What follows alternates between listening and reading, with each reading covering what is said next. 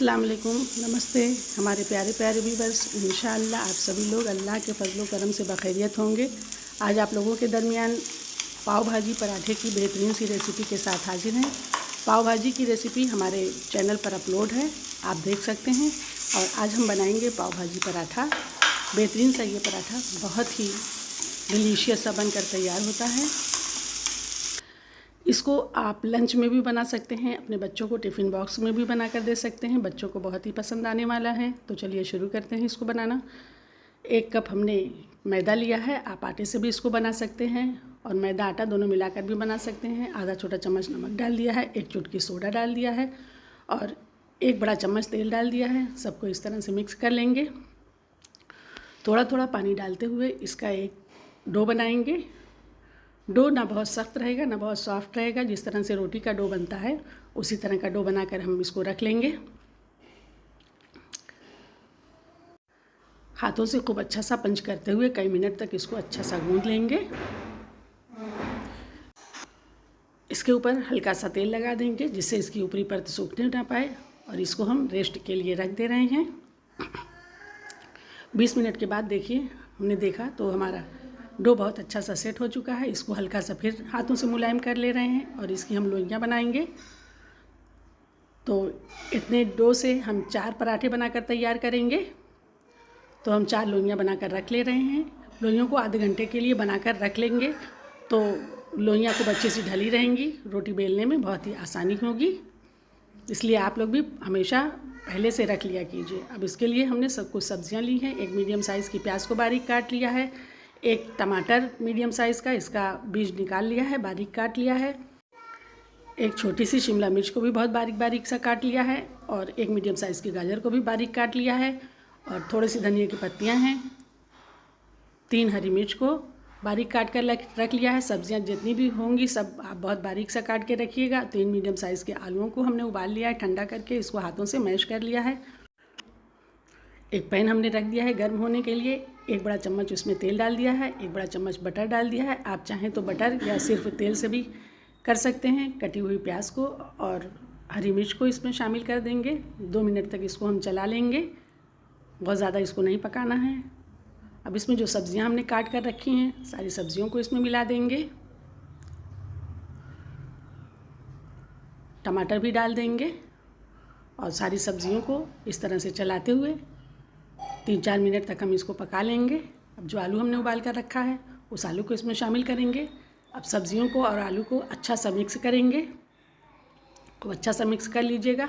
1 छोटा चम्मच कश्मीरी लाल मिर्च और 2 बड़ा चम्मच पाव भाजी मसाला डाला है। आप चाहें तो और भी मसाले डाल सकते हैं। 1 छोटा चम्मच नमक डाल दिया है।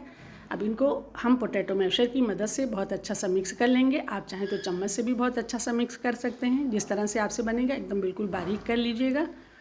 सब्जियों को धनिया की पत्ती जो काट कर रखी थी उसको भी इसमें शामिल करेंगे। सब चीज़ों को बहुत अच्छा सा इसमें मिक्स कर लेंगे। देखिए सारी चीज़ें बहुत अच्छी सी मिक्स हो गई हैं। अगर आपको पाव से खाना है तो इसमें थोड़ा सा पानी डालकर इसको थोड़ा सा गीली सब्ज़ी बना लीजिएगा और आप पाव के साथ इसको खा सकते हैं। लेकिन हम इसको पराठा बना रहे हैं इसलिए हमारी सब्जियां सूखी रहेंगी। तो अब ये हो चुका है। गैस की फ्लेम को बंद कर दे रहे हैं और स्टफिंग को रख दे रहे हैं ठंडा होने के लिए। अब देखिए लोइयाँ हमारी ढल चुकी हैं। तो एक एक लोई को लेंगे, हल्का सा मैदा उस पर डस्ट करेंगे और इसको गोल रोटी के जैसा बेल लेंगे। देखिए इसकी थिकनेस को आप लोग देख लीजिए। सारी रोटियों को हमने बेल लिया है और इनको मीडियम फ्लेम पर 30 सेकंड एक तरफ 30 सेकंड एक तरफ इस तरह से पका लेंगे। पूरा नहीं पकाएंगे, बस कच्ची पक्की रोटी बनाकर रख लेंगे।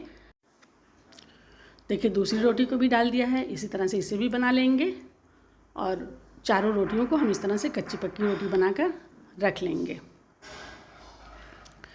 चारों रोटियां सेक कर रख ली हैं। अब एक एक रोटी को उठाएंगे। अब इसको पराठे की शक्ल देंगे। सब्जियों को इसमें डाल देंगे। इतनी स्टफिंग जो हमने बनाई है वो 4 पराठों के लिए बिल्कुल सही है। आधी रोटी पे इसको लगाएंगे, एक किनारे से शुरू करेंगे और आधी रोटी पे अच्छी तरीके से स्टफिंग को लगा लेंगे। इस तरह से लगा लीजिएगा। हमारे पास थोड़ी सी मोज़रेला चीज़ है, ऑप्शनल है, आप चाहें तो रखें, नहीं चाहें तो नहीं लगाएं। बच्चों को बहुत अच्छी लगती हैं ये सारी चीज़ें, इसलिए हमने लगा दिया है। अब इसको इस तरह से देखिए, ये एक पराठा हमारा बनकर तैयार हो गया है। इसी तरह से सारे पराठे को हम बनाएंगे। एक पराठा और बनाकर आपको दिखा दे रहे हैं। इस तरह आगे की तरफ इस तरह से रख लीजिएगा। आधे में देखिए हमने लगाया है ना। अब मोज़रेला चीज़ को लगा दे रहे हैं। चीज़ नहीं लगाना है तो नहीं भी आप लगाएंगे। दूसरा पराठा भी इस तरह से बनकर तैयार हो गया है। इसको हाथों से हल्का हल्का सा दबा देंगे जिससे ये खुले ना। अब तवे को मीडियम फ्लेम पर गर्म करने के लिए रख दिया है। इसमें हम बटर डाल दे रहे हैं। आपका जी चाहे तो आप घी में या तेल में भी बना सकते हैं। बटर में इसका टेस्ट बहुत अच्छा आता है, इसलिए हम इसको बटर में कर रहे हैं। हल्का हल्का सा इस तरह से चम्मच से दबाते हुए इसको फ्राई करेंगे और खूब अच्छा सा जब ये सुनहरा सा हो जाएगा तब तक इसको हम फ्राई करेंगे, दोनों तरफ से उलटते पलटते हुए।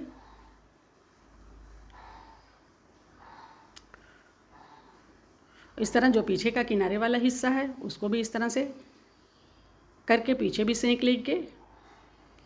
साइड में देखिए बहुत अच्छा सा सेंक गया है।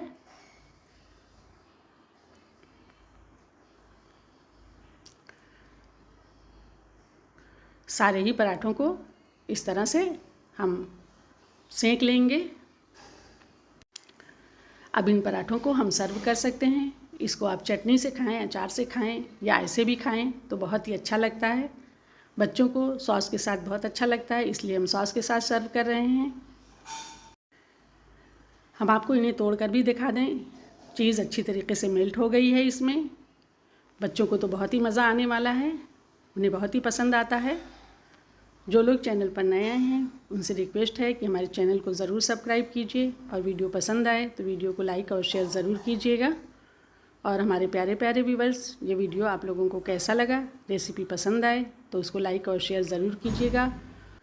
वीडियो देखने के लिए आप लोगों का बहुत बहुत शुक्रिया, धन्यवाद। फिर मिलेंगे हम एक नई रेसिपी के साथ इंशाअल्लाह। तब तक के लिए आप सभी लोगों से अल्लाह हाफिज़।